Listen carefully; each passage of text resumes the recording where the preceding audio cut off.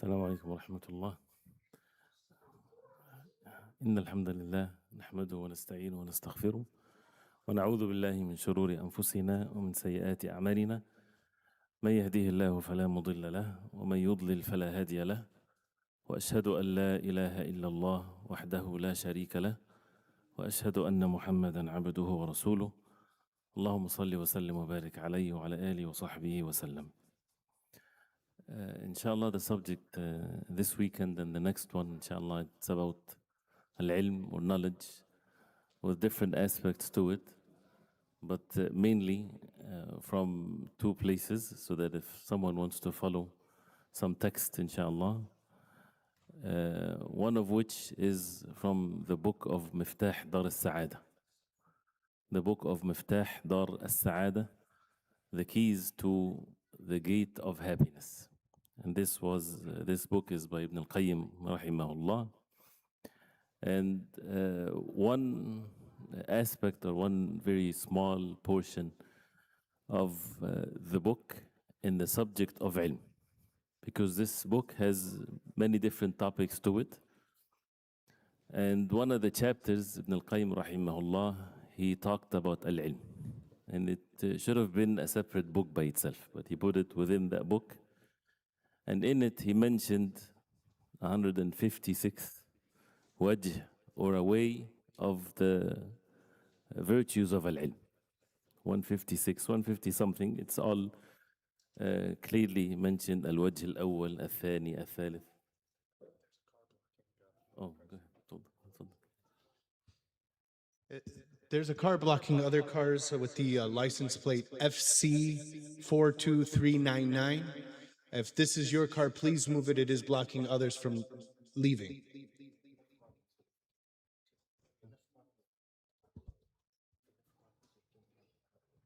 And now we have enough parking, so you'd be able to park here. And that license plate is FC 42399.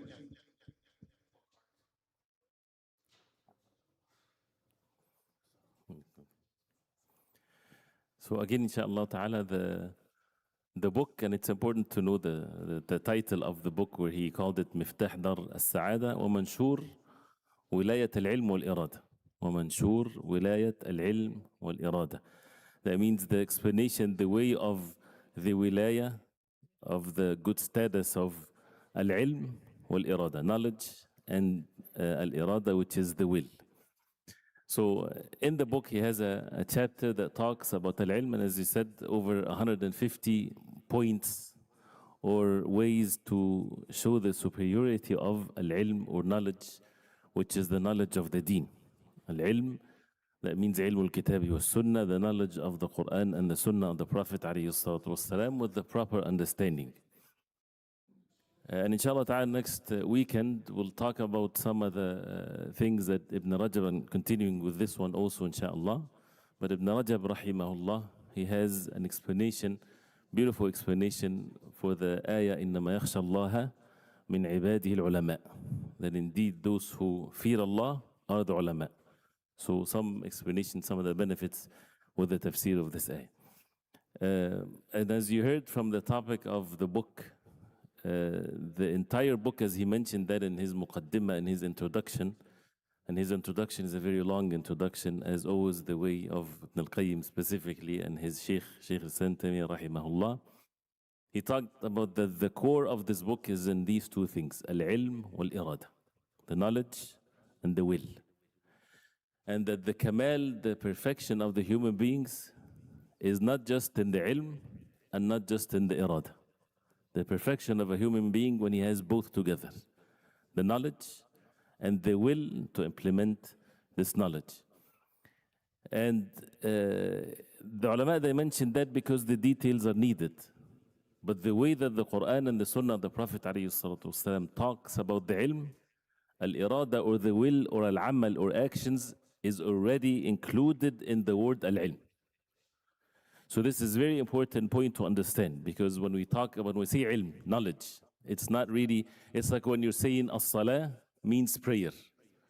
But for someone that doesn't understand what as-salah is, every person has their own understanding of what prayer means. But as-salah, as we know, as-salah starts with takbiratul ihram, ends with the taslim, very specific actions.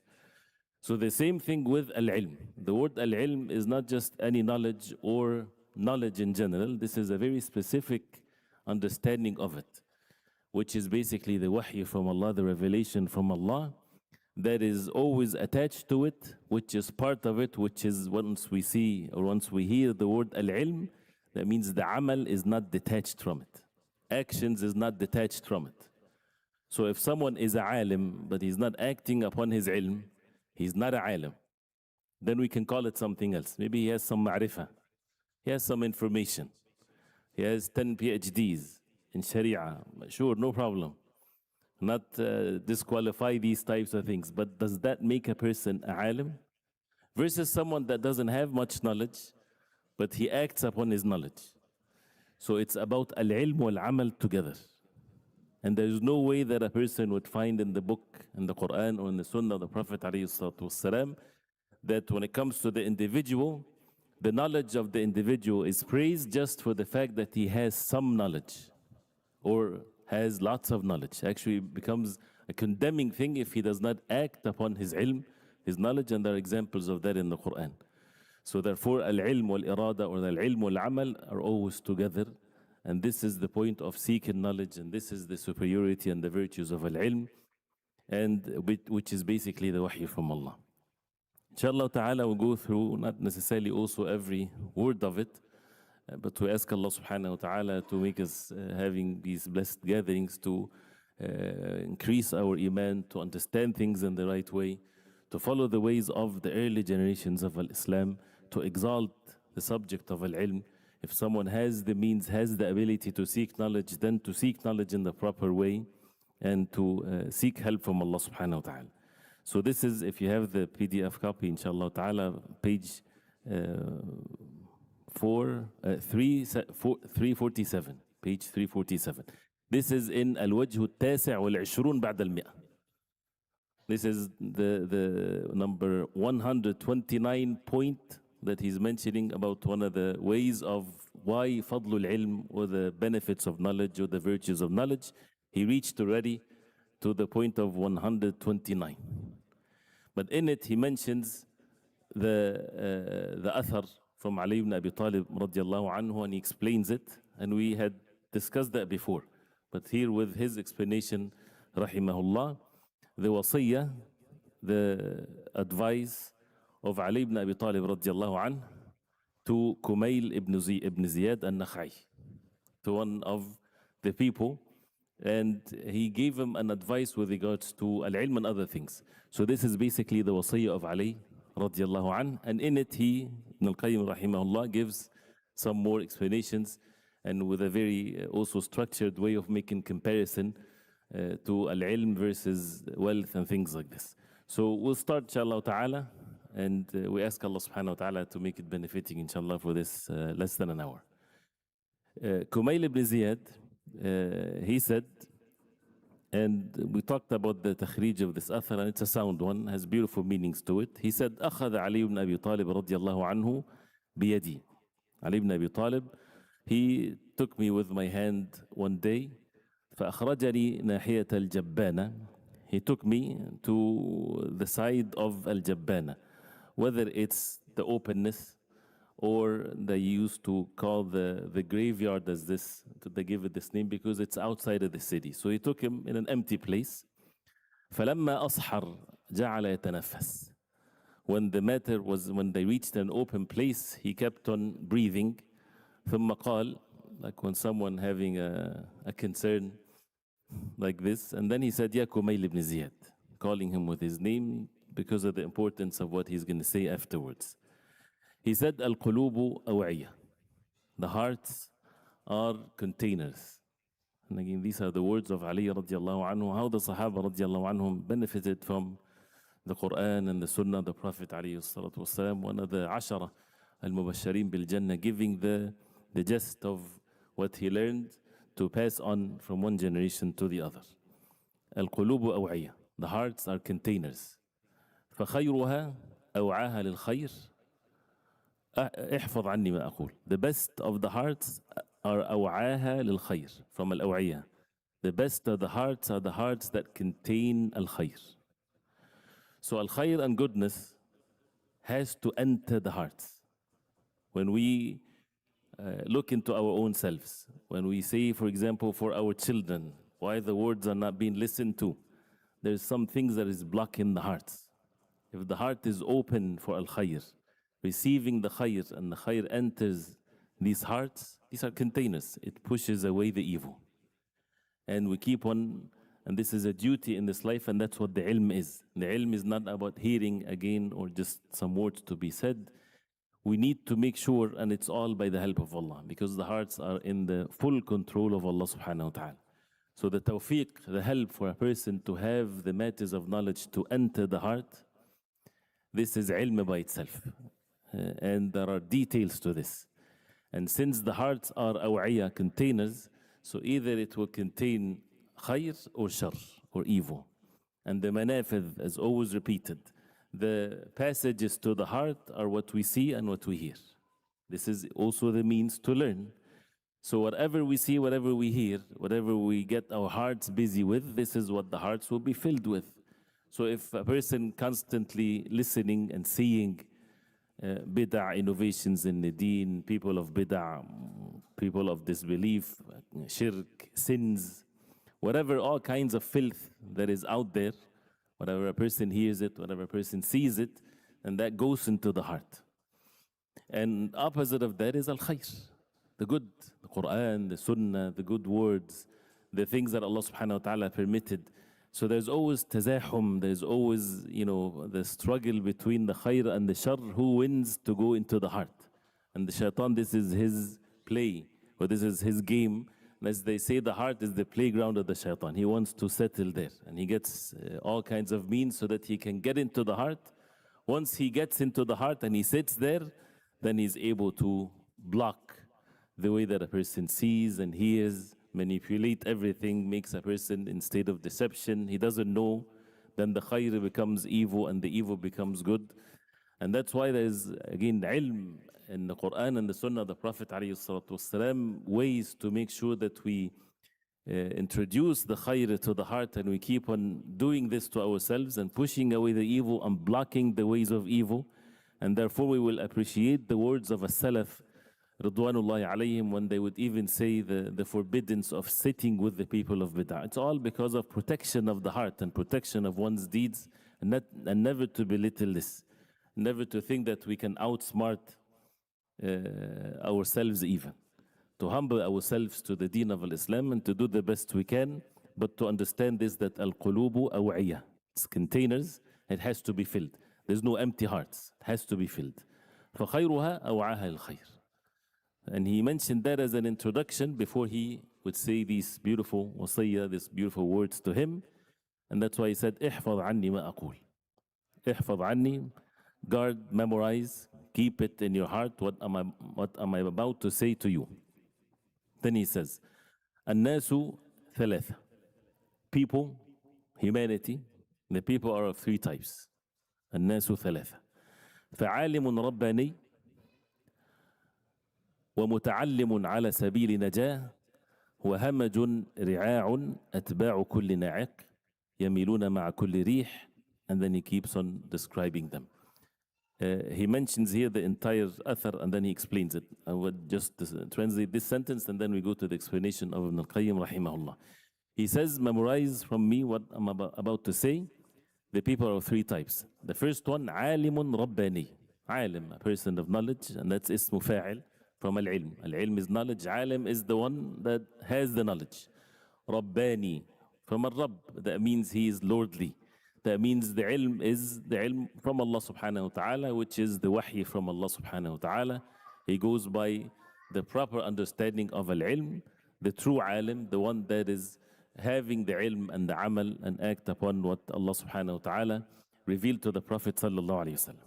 So this is the best, alim rabbani. The second type of people are muta'allimun ala sabili najah. Muta'allim, that means he's learning. He's in the process of learning. Muta'allim, that means he is seeking knowledge. Ala sabili najah, on a path of salvation. He's seeking knowledge to save himself from the hellfire. Because this is the only way for a person to be saved is to know and act. Because we have wahy, we have revelation from Allah. It's not left to the people to think each one according to what they want. And that's the thing between us and Allah subhanahu wa ta'ala. مُتَعَلِّمٌ عَلَى سَبِيلِ نَجَاةٍ. This is his intentions, this is his concern. And when someone is on a path of salvation, najah, to save himself, that means all kinds of things in his heart. The fear, the hope, right? He's concerned about it. That means if he doesn't take this, he will be destroyed. He needs to save himself. So, muta'allim, he's constantly learning to save himself. And the third categories of people, همج رعاع أتباع كل نحو. Hamaj, and he's going to talk about the word hamaj. But hamaj means the nomads, the masses of the people that are not significant in this world, which is neither of the two or the first two categories. So the rest of the people.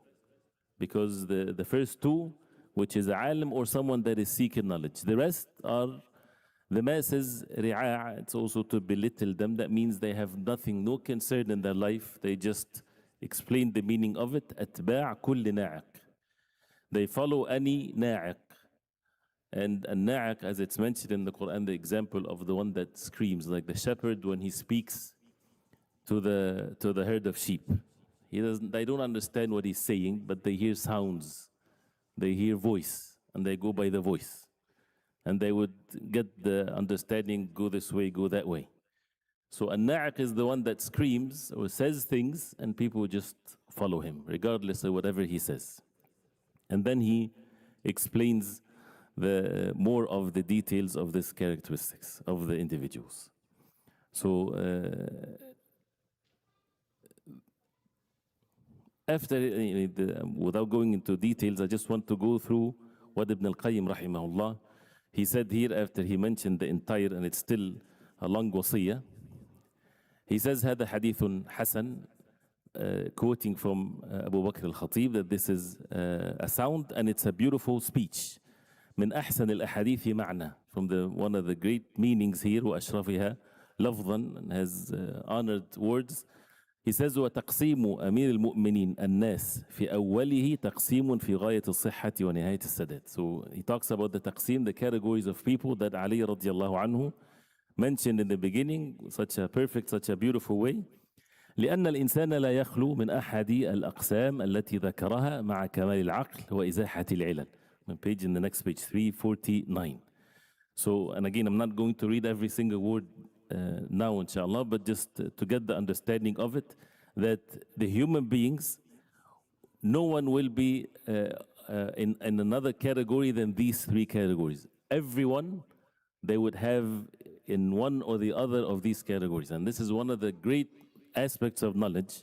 And this is also the way of the Quran, when everything is laid down. All the different types of the human beings, you can categorize them in many different ways according to what you categorize them for. Like in the beginning of Surah Al-Baqarah, the believers, disbelievers, hypocrites. The entire humanity can be put in these three categories. Then you can be more specific. And the benefit of that is that for a person to know which group that he should choose to be among, and what are the means to achieve this, and what are the things to protect oneself from the other groups. So it's very important to get to know the overall understanding of things and this type of taqsim and categorizing things. So the human beings, all of them are in these three categories التي ذكرها مع كمال العقل وإزاحة العلل, with the perfection of one's reason and to remove the deficiencies and weaknesses. So either إما أن يكون عالما, or either a person is a عالم, or متعلم, or someone that is seeking knowledge, أو مغفلا أو مغفلا للعلم وطلبه, or he's unaware, in state of forgetfulness when it comes to the knowledge and seeking it. ليس بعالم ولا طالب له. And this is one of the goals of this. And when a person is not a alim and is not a seeker of knowledge, what are we doing in our life? Why not? Right? And of course, with the talib al-ilm, or a seeker of knowledge, yes, there are different aspects of understanding it. Talib al-ilm, if it's mentioned like that in general, it means someone that is devoted his entire life to seek knowledge. And this is not in the capacity for everyone, and this is not obligatory upon everyone, but also with whatever occupations, whatever busyness, whatever age that a Muslim is in, everyone is required to have some level of knowledge, and that's why there is fard, obligatory knowledge upon every Muslim. So everyone has to fulfill the obligations. And then what is extra is according to each and everyone's capacity. And as mentioned before, the athar from Al-Hasan al-Basri rahimahullah, من رام العلم جملة ذهب عنه جملة. Whoever tried to seek the knowledge all at once, it would leave him all at once. وإنما العلم آية بعد آية, حديث بعد حديث. The ilm is one ayah after another, one hadith after another. So the ilm fits everyone and everyone's schedule, everyone's times and occupations.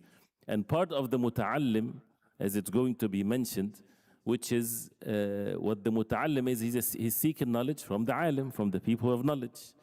And that comes also under this, is to ask the people of knowledge. As Allah subhanahu wa ta'ala says, فَاسْأَلُوا أَهْلَ الذِّكْرِ إِن كُنتُمْ لَا تَعْلَمُونَ. If you do not know, ask the people of knowledge. So it's all about the ilm and humbling oneself to the ilm with the proper understanding of it. So he says, so to be warned against the third category of things. Then he says, فَالْعَالِمُ الرَّبَّانِي. The true alim al-Rabbani, the one that is seeking, or the person of knowledge, هو الذي لا زيادة على فضله لفاضل. There is no increase to his virtue. That means this is the highest level. ولا منزلة فوق منزلته لمجتهد. The highest level of even the mujtahid, the ones that with regards to the understanding of al-ijtihad, which is a very high level. وقد دخل في الوصف له بأنه رباني وصفه بالصفات التي يقتضيها العلم لأهله ويمنع وصفه بما خالفه. He mentioned here رباني. Right? So the word رباني comes from الرب. So what are these characteristics that makes a person عالم رباني? He says linguistically the word الرباني ومعنى الرباني في اللغة الرفيع الدرجة في العلم العالي المنزلة فيه. The one that is of a higher level in the knowledge, العالي المنزلة, the level of his knowledge is very high. وعلى ذلك حملوا قوله تعالى لولا ينهاهم الربانيون والأحبار. In Surah Al-Ma'idah, when Allah subhanahu wa ta'ala talked about the people of the book, that why they are not being forbidden by الربانيون, they forbid the people. لولا for al-hadd, shouldn't they, الربانيون, those people of knowledge, they reach the highest level of knowledge among them, shouldn't they forbid them from the evil that they were doing? And also Allah subhanahu wa ta'ala says وَلَكِنْ كُونُوا رَبَّانِيِّينَ, but rather be رَبَّانِيِّينَ, be رَبَّانِيِّينَ, be رَبَّانِي. What does that mean? قال سعيد بن جبير حكماء فقهاء, wise فقهاء, people of knowledge. وقال أبو رزين فقهاء علماء, فقهاء علماء, people of knowledge. وقال أبو عمر الزاهد, quoting, and this is the way of ilm, to understand words the way it ought to be. He said سألت ثعلبا عن هذه الحروف وهو الرباني فقال سألت ابن الأعربي فقال إذا كان الرجل عالما عاملا معلما قيل له هذا رباني فإن خرم عن خصلة منها لم يقل له رباني. He said that if the man is alim, is a person of knowledge, عاملا, acting upon his knowledge, معلما, teaching others his knowledge, then it will be said to him that he is رباني. فإن خرم عن خصلة, that means if he breaks one of these three characteristics, he is not to be called Rabbani. And it's not a title, of course. This is something only Allah subhanahu wa ta'ala knows, and it's not a means of praise. This is to understand so that the person would want to be among the ulama al-Rabbaniyin. وقال ابن الأنباري عن النحويين إن الربانيين منسوبون إلى الرب. الربانيين comes from a Rabb, that means they're attributed to الرب, Allah subhanahu wa ta'ala. وإن الألف والنون زيدتا للمبالغة في النسب. And the Rabbani, like that, to show that this is intense of the meaning of it, that they are very close to Allah. كما تقول لحياني وجماني إذا كان عظيم اللحية والجمة. When someone has a huge beard, you say لحياني, to show that his beard is not like any other beard, and so on. So al-Jummani from al-Jumma, which is the hair. So وأما المتعلم على سبيل النجاة. So العالم الرباني. And Allah subhanahu wa ta'ala, when He called the believers to be among the people of knowledge, that means that they had passed through the passage of al-ilm for them to acquire this. وأما المتعلم على سبيل النجاة. As for the second category, which is al-muta'allim, the one that is seeking knowledge على سبيل النجاة, on the path of salvation to save himself, فهو الطالب بتعلمه والقاصد به نجاته من التفريط في تضييع. Then he explains that الطالب, someone that is seeking knowledge. And it's by the mercy of Allah that He did not limit it only to a certain way or certain places, or it's accessible for everyone if they have the proper and sincere intentions. The ulama talked about that also in details. But it's seeking the knowledge, وَالْقَاصِدُ بِهِ نَجَاتَهُ. He is intended by his knowledge is what? To save himself. Not intended with his knowledge to teach the people even. Not intended with his knowledge to be of a position, or people to follow him, or to have status, or to make money out of this, or whatever there is. No, he's seeking knowledge to save himself from the hellfire. This is his intentions. Al-qasidu bihi najatahu. He wants to save himself from the hellfire. And as we see that al-ilm is ilm al-akhirah, it's the knowledge of what benefits the person in the hereafter. So the more the person learns the deen, the more that his heart is detached from this worldly life, because he sees and he makes this muwazana, or balancing between how this life versus the hereafter, as the Sahaba radiallahu anhum. So he would choose what's with Allah subhanahu wa ta'ala. That's why even if people sit and talk about uqud, contracts, from the deen perspective, this is ilm al-akhirah, this is the knowledge of the hereafter, because it makes the person make sure that his money and everything is according to what Allah subhanahu wa ta'ala is pleased with, seeking rewards from Allah subhanahu wa ta'ala in the hereafter, saving oneself from the hellfire.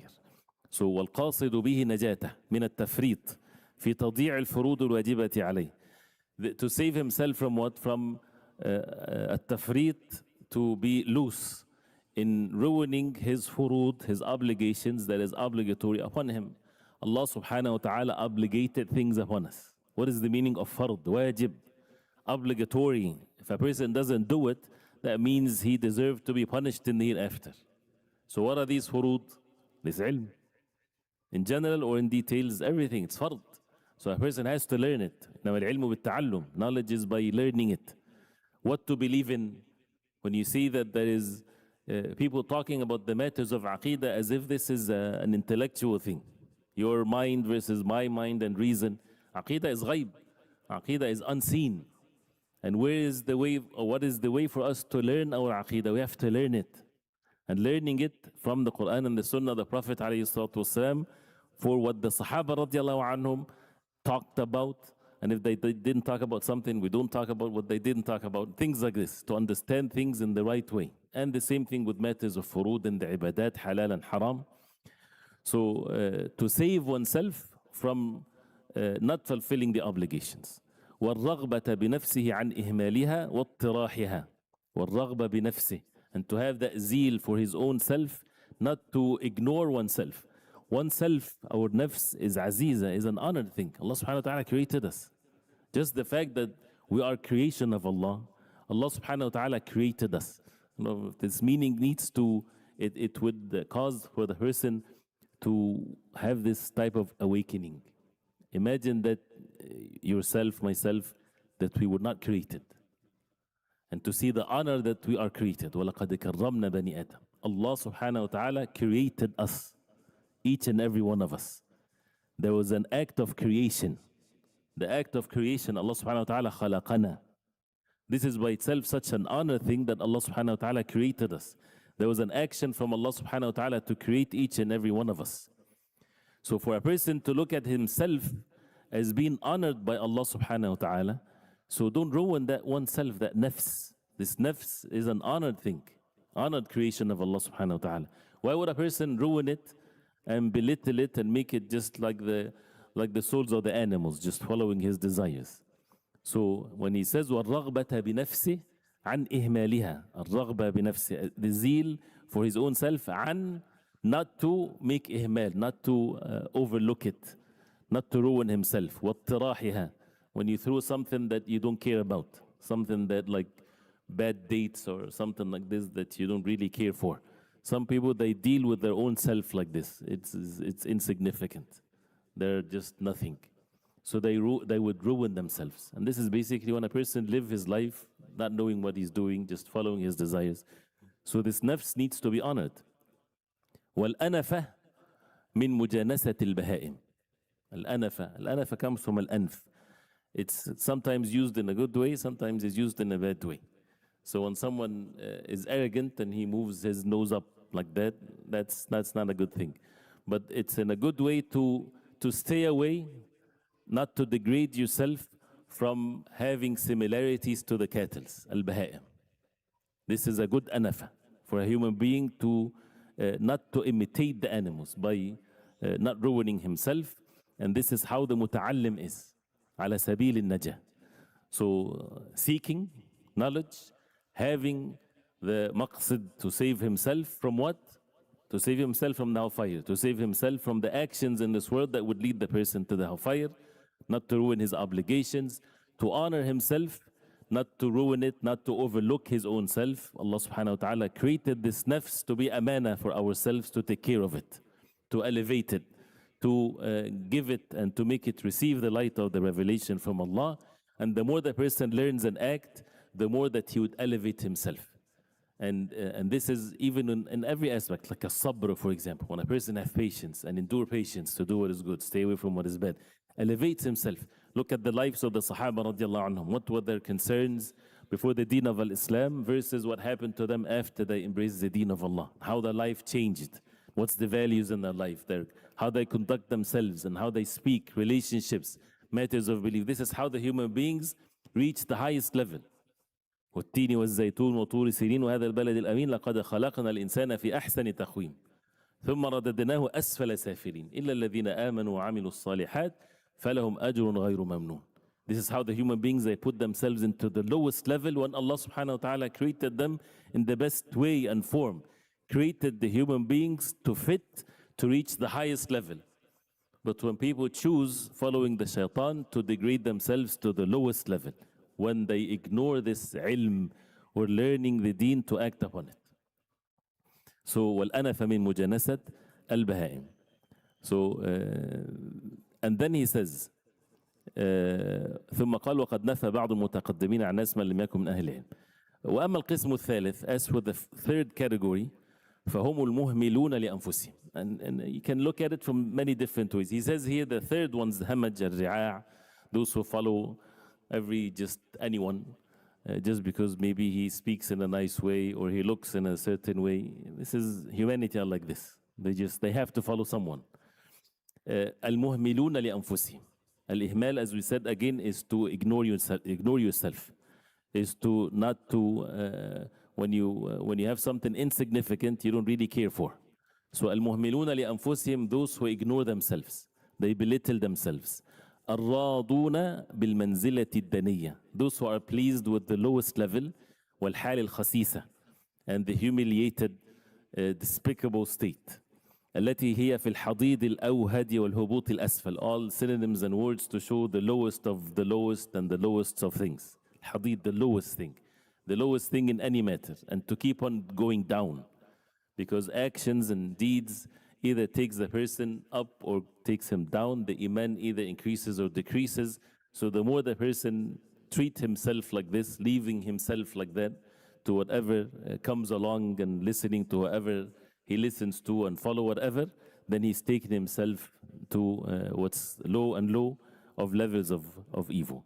التي لا منزلة بعدها في الجهل ولا دونها في السقوط. There's nothing less or lower than ignorance, and there's nothing lower than just to fall into all the way to the bottom of things. وما أحسن ما شبههم بالهمج الرعاع وبه يشبه دونات الناس وأراذلهم. This word actually, it's if you call somebody you're hamaji, you're from the ri'a, you're basically reviling that individual. He said these two words and then he explains them.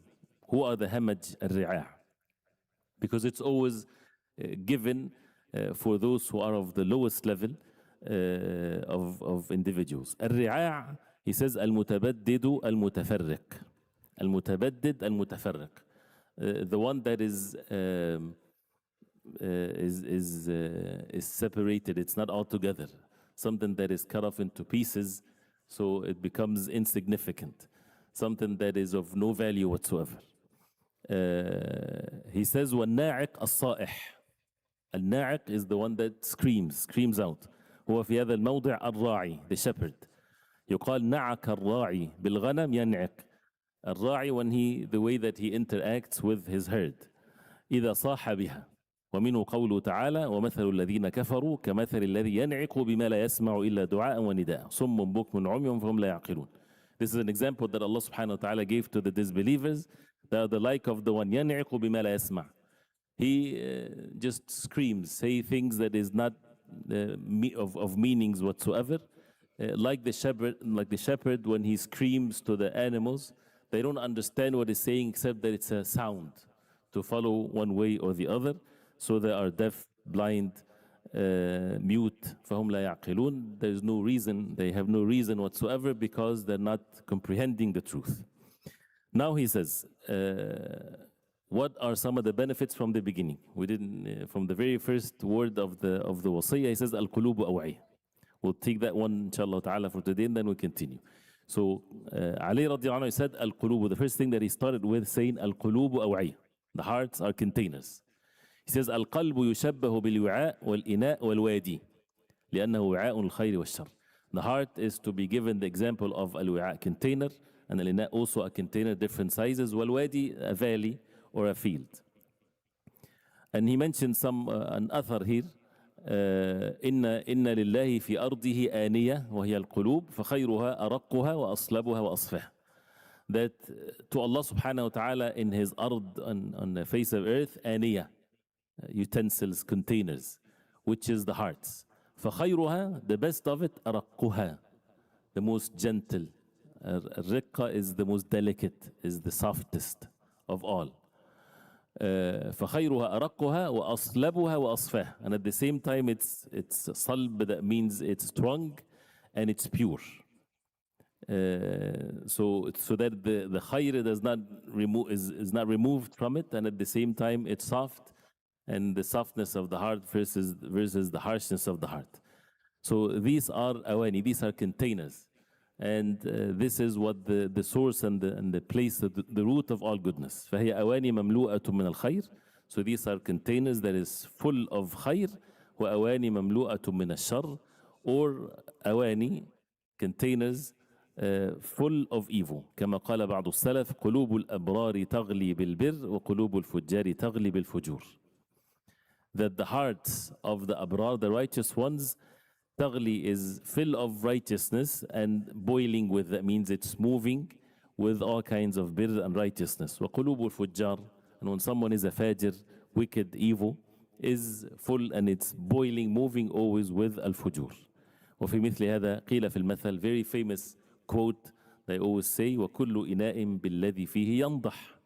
Every ina, every container with whatever in it will yandah, will overflow, will show. So if the heart has goodness, this will show on one's speech and actions. If the heart has evil, it will show on one's speech and actions. And the worst of evil is when the heart is full of evil and a person pretend to say what is good. And this is how the hypocrites are. So, and Allah subhanahu wa ta'ala knows best what's in their hearts.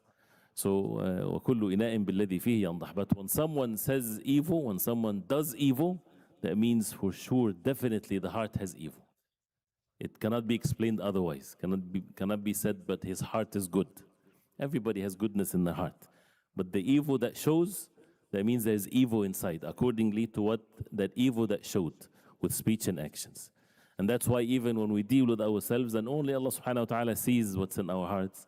But when someone commits a sin, when we commit sins, then that means there's a disease in the heart, that's something that needs to be cured. وقال تعالى أنزل من السماء ماء فسالت أودية بقدرها. This is when he said al-wadi, or the valley, as one of the meanings of the heart. This beautiful verse in Surah Al-Ra'd, verse number 17 in Surah Al-Ra'd. Is it 71? شبه العلم بالماء النازل من السماء. He سبحانه وتعالى gave the example, the parable here of العلم بالماء النازل من السماء. He gave the example of knowledge of water coming down from the heavens, from the rain. والقلوب في سعتها وضيقها بالأودية. And the hearts with its tightness and spaciousness by the valleys. فقلب كبير واسع يسع علما كثيرا. A very big heart that is spacious to accept and to receive lots of knowledge. كواد كبير واسع يسع ماء كثيرا. Like a big valley that would contain and be sufficient for lots of water. وقلب صغير ضيق. And a small heart that is tight. يسع علما قليلا. Only is sufficient for small amount of knowledge. كواد صغير ضيق يسع ماء قليلا. Like a small valley only contains small amount of water. ولهذا قال النبي صلى الله عليه وسلم لا تسموا العنب الكرم فإن الكرم قلب المؤمن. One of the hadith of the Prophet عليه الصلاة والسلام, he said, do not call al-inab grapes al-karm. People give a name to the grapes as the word al-karm. Al-karm with a sukun, not al-karam. Karam, generosity. Because فإن الكرم قلب المؤمن. Because the karm is the heart of the believers. Because it comes from the original meaning of it, of generosity, that means the heart of the believers is so generous. But also to teach that even words that you don't necessarily mean by it anything, but to correct even the words that a person say. And this is one of the great meanings also in the deen of Islam, as Allah subhanahu wa ta'ala forbid the believers from saying the word ra'ina, even though they have the good intentions in saying it.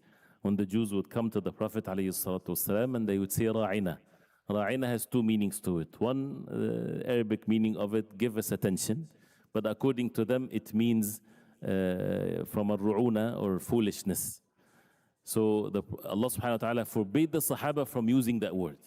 Even if they have good intentions and they know exactly what it means in a good way, but because they were saying it, the other ones in a bad way. So do not call al-inab karm, because the karm is qalbul mu'min. And this is hadith in Bukhari and Muslim. فإنهم كانوا يسمون الشجر العنب الكرم لكثرة منافعه. They used to call the trees of the grapes al-karm because it has so much benefits and khair. والكرم كثرة الخير والمنافع. That's the meaning of al-karm. Lots of khair, lots of goodness and benefits. فأخبرهم أن قلب المؤمن أولى. Prophet عليه الصلاة والسلام, he said, no, the heart of the believer is better, has more priority to give it that name. فبهذه التسمية لكثرة ما فيه من الخير والبر والمنافع. Because of the abundance of khair and righteousness and manafع that is in the heart of the believer, to direct their understanding of it. So this is with regards to al-qulub aw'iyah, to always remember that. فخيرها أوعاها, the best of these hearts أوعاها, that would contain and bring the khair. يراد بها أسرعها وعيا, the one that is faster in its comprehensive understanding of things, to bring things into the heart. وأكثرها وعيا, and al-wa'i is when a person is aware of things. So, for example, when the hellfire is mentioned, multiple people, if they hear the Jannah and the hellfire, some of them would just, okay, we know that. Versus someone, we heard that before. A verse in the Quran that talks about the Jannah and the hellfire, we heard it before. We know exactly what does that mean. Versus someone else, it goes into the heart. So it has an effect in it. And that's how to contain these matters, to keep it and to be, or to receive the benefit from it. وأثبتها وعيا, when it stays and has firmness in it. ويراد به أيضا خيرها أوعاها, how the hearts, the best of the hearts are the ones that receives and contains these matters of goodness.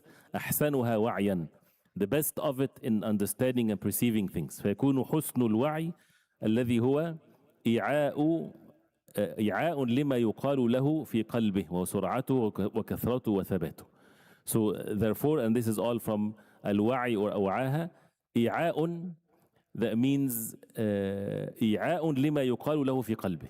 For the best of the hearts are the ones that would really understand, and that's the word that is used. But when you understand that this is a container, that means this is what the meaning of understanding. When you comprehend things right, that means it finds its place in the heart.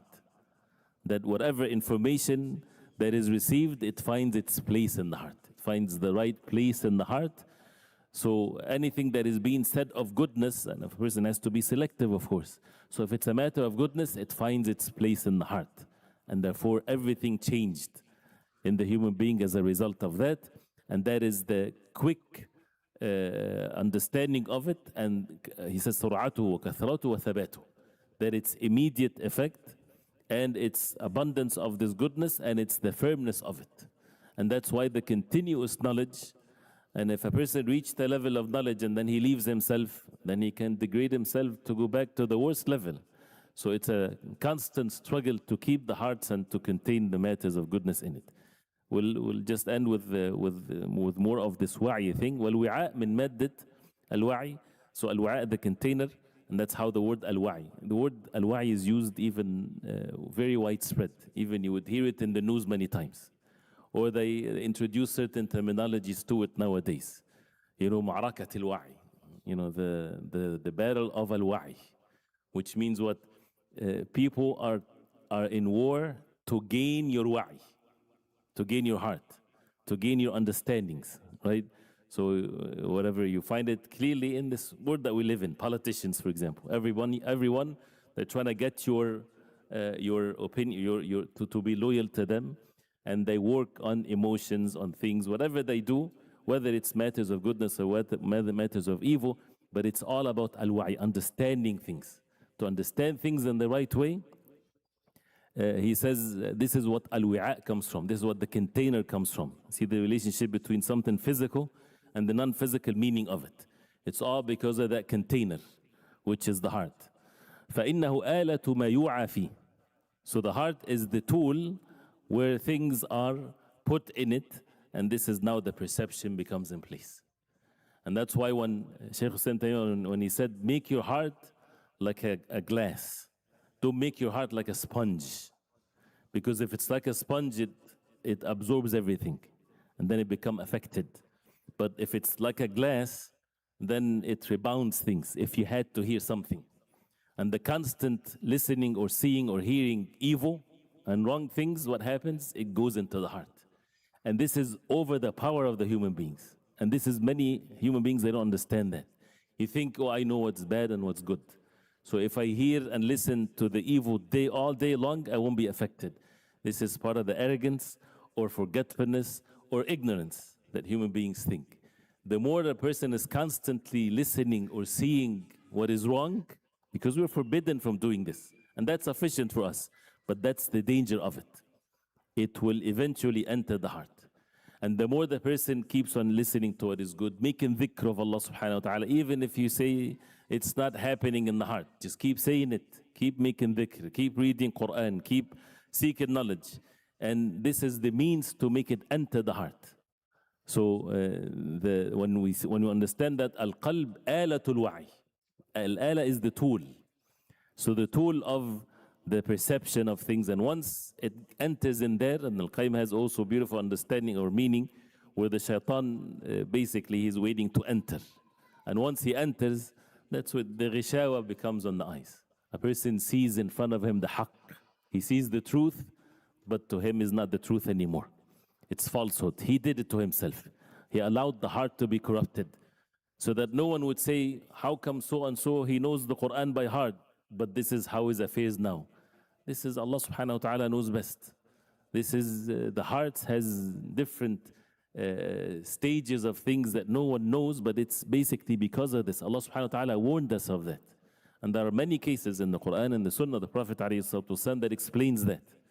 So forbidding the people from allowing themselves to what is forbidden. فَإِنَّهُ آلَةُ مَا يُوعَى فِيهِ كَالْغِطَاء وَالْفِرَاشِ وَالْبِسَاطِ وَنَحْوِهَا. So it's like the covering and the sheet on a bed and the like of this. وَيُوصَفُ بِذَلِكَ الْقَلْبُ وَالْأُذُنُ. And the same thing is given with regards to the heart and the ears. كقول تعالى إِنَّا لَمَّا طَغَى الْمَاءُ حَمَلْنَاكُمْ فِي الْجَارِيَةِ لِنَجْعَلَهَا لَكُمْ تَذْكِرَةً وَتَعِيَهَا أُذُنٌ واعية. أذن واعية. لنجعل لكم تذكرة, for us to make it for you تذكرة, as a reminder for you, as a lesson for you. وتعيها, this is the word al-wi'a. And for an ear to, if you look at the translation of this ayah, what do they give the word as a translation for it? Surah Al-Haqq verses number 12. لنجعلها لكم تذكرة وتعيها أذن واعية. تعيها أذن واعية. الأذن واعية. الأذن is aware of what is being said or benefiting from what is being said, like a container. So وتعيها, that's the verb of it. So which is basically to comprehend it, to understand it in the right way. Anyone? Make, grasp, or retain it. Right? وَتَعْيَهَا أُذُنٌ وَعِيَةٌ. And that's why there's levels, and it's also mentioned in Surah Qaf, to listen. The talent of listening. And this is as-sama' is and how to listen. And the etiquettes even of listening to the Quran, to what is good, to what is benefiting. Even when the hadith, the long hadith of the Prophet ﷺ sitting with Aisha radiallahu anha, when she talked about the characteristics of, or the 10 women, and each one describing her husband, the long hadith, they say in one of the benefits of it, how the Prophet ﷺ the whole time listening to what Aisha radiallahu anha is saying. Listening. You know, something to be done with the spouses, they're listening. They're listening from the perspective of the speaker, especially when it comes to matters like this, all different levels of things. So he says, قال قتادة أذن سمعت وعقلت عن الله ما سمعت. Ears that heard وعقلت and comprehended from Allah subhanahu wa ta'ala what it heard. وقال الفراء لتحفظها كل أذن فتكون عظة لمن يأتي بعد. So for the ears to listen and to retain this so that it becomes a reminder for those who come afterwards. فالوعي توصف به الأذن كما يوصف به القلب. So Allah subhanahu wa ta'ala mentioned this wa'i, or containing things, to grasping things with the heart, and also he mentioned the ears, the listening or the hearing. يقال قلب واع وأذن واعية. قلب واع, heart that is grasping things, understanding things, and also the same thing to be said for the ears. Why? لما بين الأذن والقلب من الارتباط. There are connection between the ears and the hearts. فالعلم يدخل من الأذن إلى القلب. So the knowledge goes into the heart through the ears. فهي بابه والرسول الموصل إليه العلم. This is the gate, this is the messenger that takes the knowledge to the heart. So where is the place that we're supposed to have our ilm? In our hearts. How to get that is through the ears, more importantly than the eyes. Right? So we listen to the matters of knowledge with the intention that we want to have this to enter our hearts. كما أن اللسان رسوله المؤدي عنه. The same way as the tongue being the messenger of the heart that expresses what's the heart. So the tongue, مغرفة القلب. The tongue is the spoon of the heart, the spoon that takes from the heart and expels it out. And the ears is where the knowledge goes in. So when a person attends the session of knowledge, listening to the words of the ulama and things like this, that the goal is to make sure that this enters the hearts, a person grasp it, even if it's a mas'ala of ilm, mas'ala of fiqh, you want to understand it, you want to have the perception of it. So if it's not understood, you search, you ask, so that the understanding of it becomes in place, and then the person would build on it with more and more matters of knowledge. And he says, وَمَنْ عَرِفَ ارتباط الجوارح بالقلب, whoever knows how the connection between the physical body and the heart, علم أن الأذن أحقها بأن توصف بالوعي. The more you get to know the relationship between the physical parts of the body and the heart, he would see that why the ear specifically has this characteristics of al-wa'i like the heart, because it's so connected to it. فإنها إذا وعت وعى القلب. Because if the ears grasp, the heart also will grasp and retain. And that's why when some of the Salaf, when they would hear the words of the people of the Bid'ah, they would do this. They don't want to hear it. Why? To protect their hearts. Because the heart, these things can enter there. So to that extent of importance that a person has to protect what he hears. We have to make sure that we protect the thing, our ears, from hearing things, because again, if the ears gives it its attention, then what is connected to it is the heart. That's how dangerous the matter is. And the deen is not something to play with. If a person wants to play with something else. As one of the early generations of Islam, he said, لا تلعبن بدينك, do not play with your religion. Play with something else, but not the religion.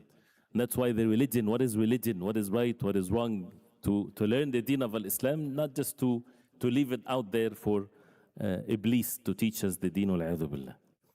So he says, وفي حديث جابر في المثل الذي ضربته الملائكة للنبي صلى الله عليه وسلم ولأمته وقول الملك له اسمع سمعت أذنك وعقل عقل قلبك.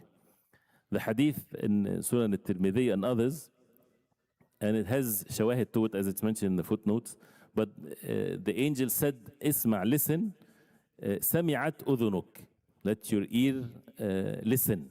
وعقل, al-aql is the reason, let your heart have the reasoning of things. So they're both again together. This is the mean to have to understand and to comprehend and to retain the knowledge and to keep it in the heart, the goodness and so on. فلما كان القلب وعاء. So this is again القلوب أوعية. The hearts are containers. So since the heart is وعاء, as a container, والأذن مدخل ذلك الوعاء, and the ear is the gate to this container, وبابه, كان حصول العلم موقوفا على حسن الاستماع وعقل القلب. Therefore the ilm, the knowledge, is conditioned with حسن الاستماع, with good listening, for a person to learn how to listen in a good way, وعقل القلب, and for the heart to comprehend what is being listened to. And when it's like this, that means a person also have to be very selective to make sure that we don't waste our life by listening to anything, by reflecting upon everything. We need to make sure that we learn what is right and to listen to what is right. So والعقل, عقل, which is reason, هو ضبط ما وصل إلى القلب وإمساكه حتى لا يتفلت منه. The word عقل comes from knotting, so making a knot, right? To اعقلها وتوكل. When the Prophet ﷺ told them, my camel, should I leave it loose and I rely upon Allah, make tawakkul, or أعقلها, or I tie it and I rely upon Allah? He says اعقلها وتوكل. Tie your camel and rely upon Allah subhanahu wa ta'ala. So أعقلها. The word aql, when you see the word aql in English, what do they call? Reason, intellect. But see the Arabic, what is the meaning of al-aql?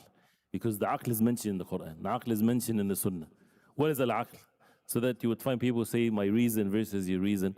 The definition of al-aql is هو ضبط, to perfect ما وصل إلى القلب, what already reached the heart. So you have حسن الاستماع, you listen perfectly in a good way to the haqq, to the Quran and the Sunnah, to the ilm. So now it reached the heart. So to make the dabt, to perfect it in the heart, وإمساكه, and to hold on to it in the heart, حتى لا يتفلت منه, so that it doesn't run away from it. This is how you tie things. So al-aql is to tie the goodness in your heart. This is what the aql. Aqil, someone of reason, someone that is intellectual, is the one that allowed himself. He learned what is good, not that he becomes aqil by default like this. He learned what is good and he tie it in his heart. He keeps it in his heart. This is the aql. This is the person of reason. ومنه عقل البعير والدابة. From it is again the tying the camel and the animals. والعقال لما يعقل به. Any عقال, whether it's the one on the head or any عقال, anything that is being wrapped around something. وعقل الإنسان سمي عقلا. So the عقل of the human being is called عقل لأنه يعقله عن اتباع الغي والهلاك. Because the عقل of the human beings يعقله, tie him away, pull him away from following deviation and destruction. ولهذا يسمى حجرا لأنه يمنع صاحبه كما يمنع الحجر ما حواه.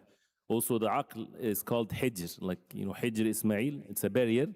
So because it prevents the person from what is dangerous for him. فعقل الشيء أخص من علمه. We're almost done inshallah, I'm sorry it's taken a while. فعقل الشيء أخص من علمه ومعرفته. So the aql of the person is more specific of his knowledge and his information. لأن صاحبه يعقل ما علمه فلا يدعه يذهب كما يعقل الدابة التي يخاف شرودها. So the aql is when a person would يعقل العلم, that he comprehend the knowledge and he keeps it. And that's where the action comes in place. He does not allow it to leave. like the same way that a person would tie his camel or tie his animal. وللإدراك مراتب بعضها أقوى من بعض. He talks about the different levels of al-idrak, but maybe with this, even though this is the last part of talking about al-qulub al-aw'iyah, but we'll stop here, inshallah.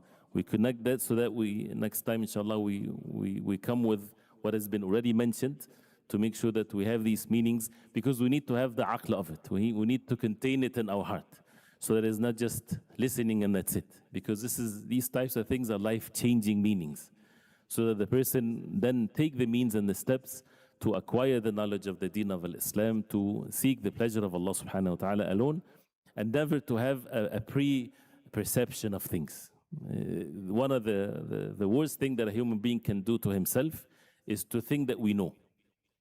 Right? No, we don't know anything. When it comes to matters of deen, we leave ourselves to what Allah subhanahu wa ta'ala revealed to the Prophet sallallahu alayhi wa sallam in the Quran, in the Sunnah of the Prophet alayhi salatu wasalam. That's why when the ulama talk about al-jahl, there are two types of jahl. Al-jahl al-basit wal-jahl al-murakkab. The simple ignorance, which is not a bad thing necessarily. When a person doesn't know, he doesn't know, but it's in a simple means that he knows that he doesn't know, and therefore he asks the people of knowledge, he seeks knowledge, which is, he's in a good state like this, as long as he wants to do things not based on ignorance. The worst of it is al-jahl al-murakkab. Al-jahl when it's a complex thing, meaning a person is ignorant, and he doesn't know that he's ignorant, and he thinks that he knows. That's one of the most difficult things. He already blocked his heart from learning because he thinks that he knows. How did he know? This is another thing. So to be among those that we constantly learn, as the people of knowledge, they would learn till the end of time. So we ask Allah subhanahu wa ta'ala to make us benefit from what we heard, and inshallah ta'ala tomorrow we continue with this athar. And we ask Allah subhanahu wa ta'ala to make us among those who benefit or learn and gain al-ilm al-nafi' wal-amal al-salih, the benefiting knowledge and the righteous actions. If there's anything?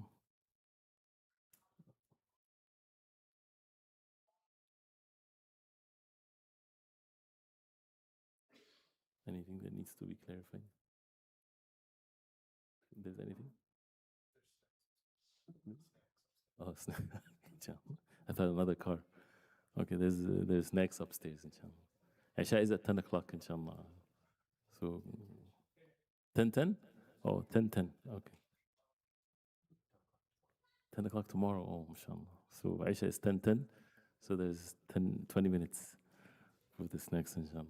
Please go ahead. Anything that is not clear? طيب بارك الله فيكم. صلى الله وسلم وبارك على محمد وصحبه وسلم. سبحانك اللهم ربنا بحمدك اشهد ان لا اله الا انت استغفرك واتوب اليك.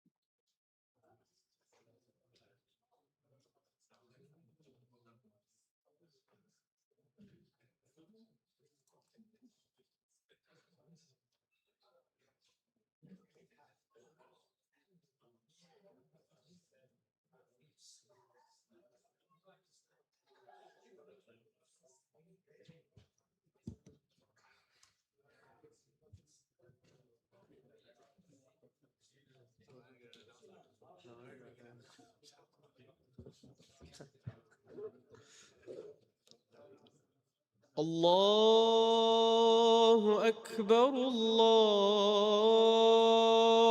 أكبر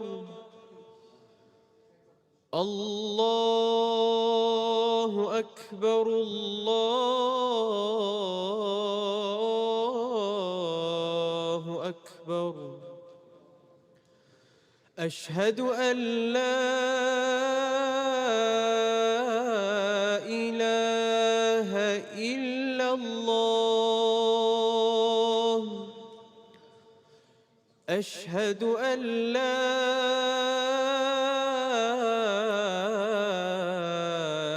إله إلا إلا الله أشهد أن محمد رسول